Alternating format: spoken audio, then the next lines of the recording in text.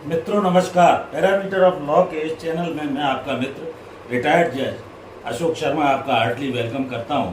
आज मैं एक महत्वपूर्ण विषय जो कई लोगों द्वारा मुझसे पूछा गया है कि क्या हगिंग और kissing in a public place ये इलीगल है। सेक्शन 294 आईपीसी में इस संबंध में प्रोविजन दिए गए हैं। भारत में समय समय पर प्रायः देखने में आ रहा है, अलग अलग जगह अलग अलग घटनाएं पब्लिक प्लेस पर दिखाई देती हैं और साथ में खड़ा होना क्या ऑब्जेक्शनेबल है किसी लेडीज जेंट्स का, या ऐसी क्या परिस्थिति है। तो हगिंग जो है वो गले लगाना और किसिंग यानी चूमा लेना, क्या ये अपराध की श्रेणी में आते हैं। इसके बारे में हर जगह ये नहीं कहा जा सकता कि ये लीगल है या इलीगल है, इस बारे में कोई स्पष्ट लॉ भी नहीं है। तो ऐसी स्थिति में पब्लिक प्लेस पर इंडियन लॉ के अनुसार क्या स्थिति होना चाहिए, इस बारे में इंडियन लॉ क्या कहता है, इस वीडियो में मैं ये बताने जा रहा हूँ। हगिंग और किसिंग इसे पीडीए या पब्लिक डिस्प्लेड अफेक्शन भी कहा जाता है। किसी ऐसे पब्लिक या लोक स्थान में जहाँ सभी लोग जा रहे हैं, घूम रहे हैं, फिर रहे हैं, बैठे हैं, देख रहे हैं, वृद्ध भी हैं, बच्चे भी हैं, जवान लोग भी हैं, और किसी भी कपल के द्वारा, चाहे वो लड़का हो लड़की हो, कई तरह की फैमिली से हर आदमी आता है, बड़े बूढ़े भी देख रहे हैं।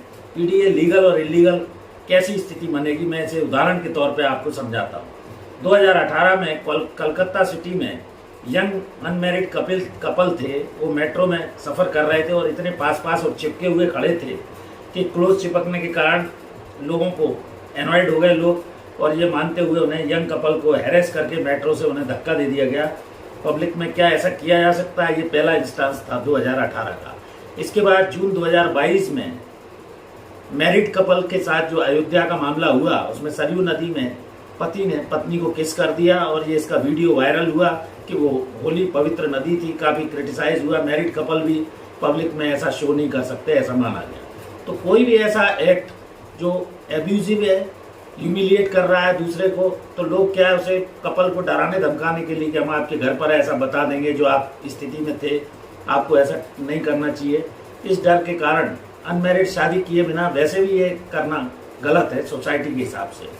तो इस बारे में धारा 294 आईपीसी इंडियन पीनल कोड उन परिस्थितियों में बनी थी 1860 लॉर्ड मैकाले कोड, उसमें ये ऑफेंस की श्रेणी में रखा गया है। पब्लिक प्लेस पर यदि कोई व्यक्ति इस तरह का ऑफ स्क्रीन एक्ट करता है, गाने गाता है, कोई भी व्यक्ति ऑकवर्ड या एनॉयड लोगों को लगता है, तो वो पब्लिक प्लेस पे ऐसा नहीं कर सकता है।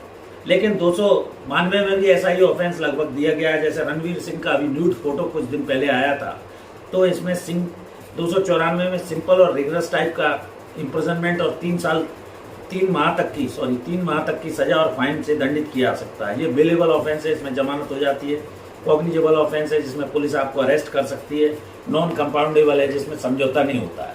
ये स्थिति 294 वगैरह की आईपीसी में इंडियन पीनल।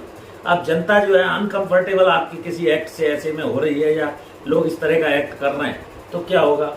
ऑब्सैनिटी क्या है, ये कहीं आईपीसी में डिफाइन नहीं किया गया है कि ऑब्सैनिटी क्या होगी, क्या नियम है इसके लिए।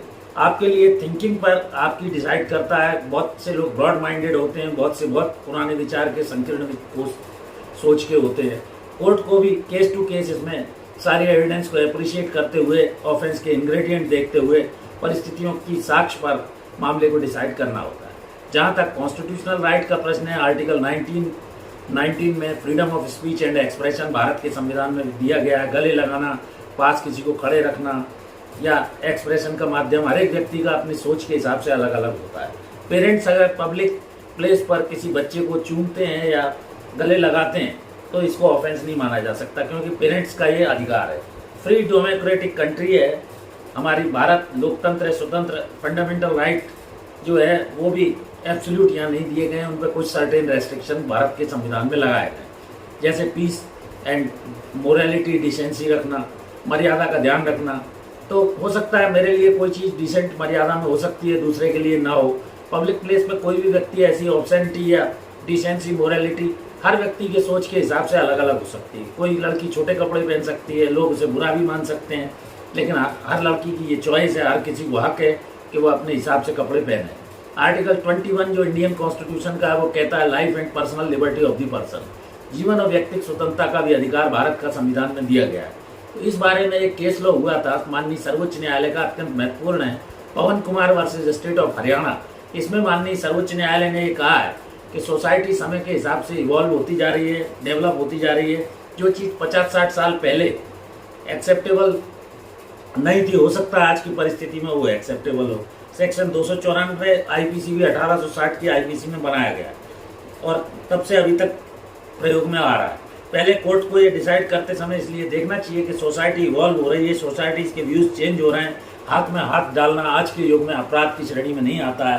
साथ में लड़के लड़की पढ़ते हैं, तो इन परिस्थितियों को ध्यान में रखते हुए सारी परिस्थिति में पब्लिक प्लेस पर हगिंग या किसिंग का जो ऑफेंस है वो कहीं कहीं उसमें अपराध की श्रेणी में भी आ सकता है, कहीं नहीं भी आ सकता है, क्योंकि सोसाइटी इवॉल्व हो रही है, डेवलप हो रही है, लोगों की सोच में परिवर्तन आया है, समय बदला है, परिस्थितियाँ बदली हैं, मूल्यांकन समय के हिसाब से लोग कर रहे हैं।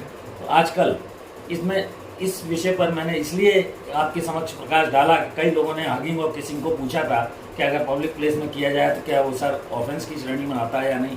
ये महत्वपूर्ण जानकारी मैंने वीडियो के माध्यम से आपको दी। आशा करता हूँ ये वीडियो अच्छा लगा होगा और वीडियो में बताई गई जानकारी के संबंध में कुछ और आपको पूछना हो तो आप इस चैनल पर कमेंट कर सकते हैं। वीडियो कैसे लग रहे हैं, आपका अच्छा स्नेह मिल रहा है। 20,600 के करीब मेरे सब्सक्राइबर हो गए हैं। एक और अनुरोध है, मेरी धर्मपत्नी श्रीमती अर्चना शर्मा का भी एक अर्चना आरटी हब के नाम से चैनल है। यदि अभी तक सब्सक्राइब नहीं किया है कृपया उस चैनल को भी सब्सक्राइब कर लें, वीडियोस को देखें, लाइक करें, शेयर करें, अपने मित्रों को भेजें। जैसा मैं कहता आ रहा हूँ कि knowledge is power.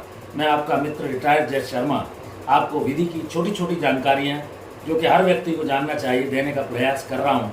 Knowledge is power.